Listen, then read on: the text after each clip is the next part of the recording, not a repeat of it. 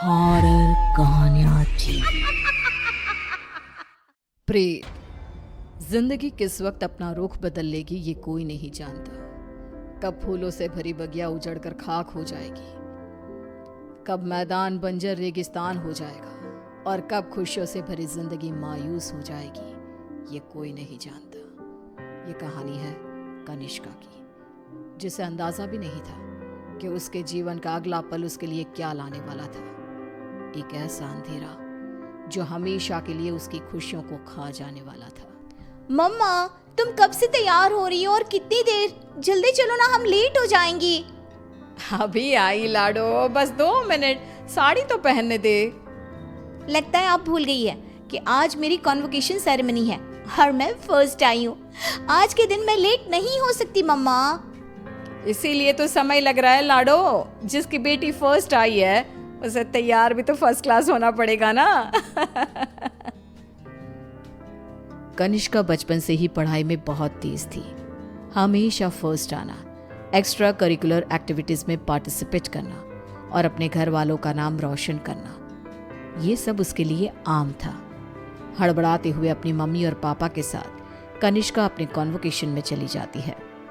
I must say, Mr. and Mrs. Verma, you are very lucky जो आपके घर इतनी होनहार बच्ची पैदा हुई, वरना इस उम्र में तो अक्सर लड़के और लड़कियां भटक जाते हैं। पर कनिष्का दिन रात अपनी पढ़ाई में लगी रही और आज उसने हमारे कॉलेज का नाम पूरे स्टेट में रोशन किया है।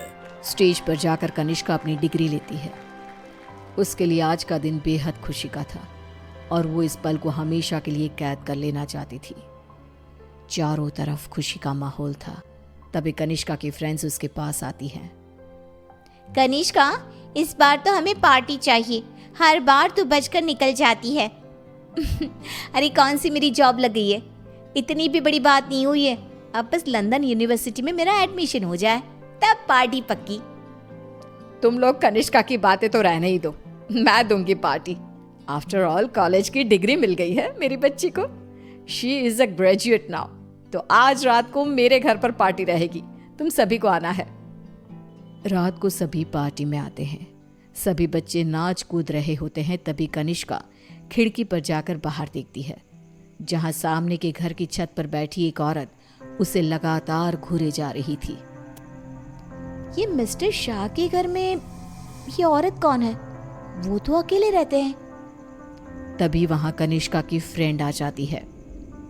तू यहाँ रात को बाहर तारे देख रही है क्या? चल ना, सब कितना एंजॉय कर रहे हैं। कनिष्का नेहा के साथ चली तो जाती है, पर उसे बहुत अजीब महसूस होने लगता है, मानो कोई सदियों पुराना दुख उसकी आत्मा को याद आ गया हो। ये अचानक मुझे रोने का मन क्यों कर रहा है? और ये स्मेल कहाँ से आ रही है? मम्मी, मम्मी लगता है कोई पार्टी में नॉनवेज ले आया है। Are you gone mad, Kanishka? We all know कि तुम्हारी फैमिली वेजिटेरियन है। तो ये सड़ी हुई मछलियों का गंध कहाँ से आ रहा है? क्या मजाक है ये कहकर कनिष्का जोर जोर से चीखने लग जाती है। कनिष्का की आवाज सुनकर गौतम वहां आता है। ड्रामा मत करो कनिष्का, बस इसी कारण से ही मैं पार्टी वार्टी पसंद नहीं करता।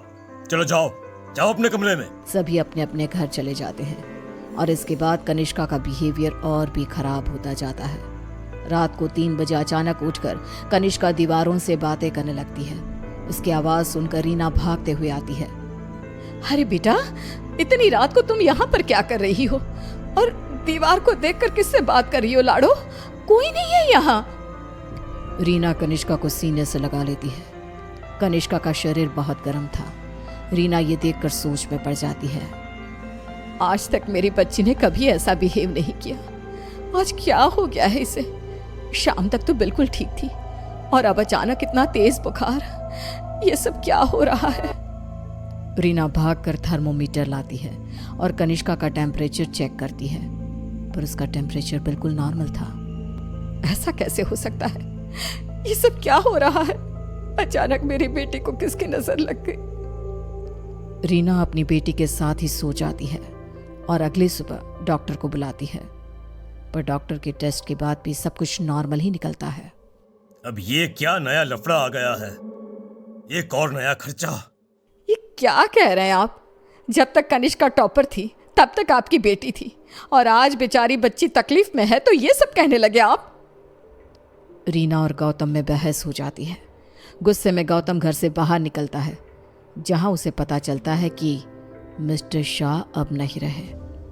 वो घर आकर कनिष्का के पास बैठी रीना को इस बात की खबर देते हैं, जिसे सुनते ही अब तक सोई कनिष्का अचानक मुस्कुराने लगती है और भागती हुई अपनी अलमारी खोलती है और सारे सामान को बाहर बिखेर देती है। क्या ढूंढ रही है बेटा, मुझे बता लाडो। इतने में कनिष्का के हाथ कैंची लग जाती है, जिसे लेकर वो अपने सर के सारे बाल काटने लगती है। मिल गया मम्मा, मिल गया। ये क्या किया तूने? अरे क्या हुआ है लाडो तुझे? मुझे पता, तूने कल से कुछ खाया भी नहीं। कुछ खा ले बेटा, कमजोर हो जाएगी। पेट भर गया है। कितनी उल्टियां भी की मैंने। पूरे के पूरे शाह को खाकर बैठा हूं मैं। खाकर बैठा हूं? ये सब क्या कह रही है तू? बाथरूम में जाकर देख ले। रीना बाथरूम में जाती है, जहां बेसिन में नीले रंग की उल्टी थी, जिसमें मांस के टुकड़े थे, जिसे देखकर रीना को भी उल्टी आने लगती है। वो भागकर वापस कनिष्का के कमरे में आती है।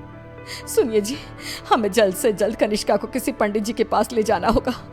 ये कुछ और ही है। आज के जमाने की होकर तुम ये सब क्या कह रही हो? ऐसा कुछ नहीं होता। गौतम अपनी पत्नी की बात को इग्नोर कर देता है। इसी तरह दिन बीतने लगते हैं। भूखी रहने के कारण अब कनिष्का के शरीर की हड्डियां भी दिखने लगती हैं। उसकी आंखों के नीचे काले गड्ढे आ चुके थे। अब मैं किसी की नहीं सुनूंगी, बहुत हुआ। रीना अपनी जान पहचान के एक पंडित जी को अपने घर पर लेकर आती है, जो कनिष्का की हालत देखकर ही समझ जाते हैं। बच्ची की हालत बहुत खराब है, इसे मैं नहीं संभाल पाऊंगा। ये मेरे गुरुजी ही कर सकते हैं, जो कुछ ही दिन पहले साधना के लिए हिमालय जा चुके हैं। रीना हर तरफ हाथ पैर मारती है कि कहीं कोई रास्ता दिख जाए। फिर उसे घोस्ट कैचर के बारे में पता चलता है।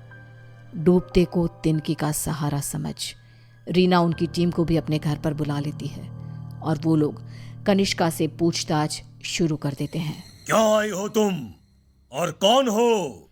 कितनों के नाम बताऊं? मतलब तुम एक से ज्यादा हो। एक से ज्यादा हो इस लड़की के शरीर में। बताओ बताओ कितने हो? हम 42 प्रेत हैं। कनिष्का की बात सुन वहां मौजूद सब लोग हैरान रह जाते हैं। उसके शरीर में बसे इन प्रेतों को निकालना अब किसी के बस में नहीं रह गया था।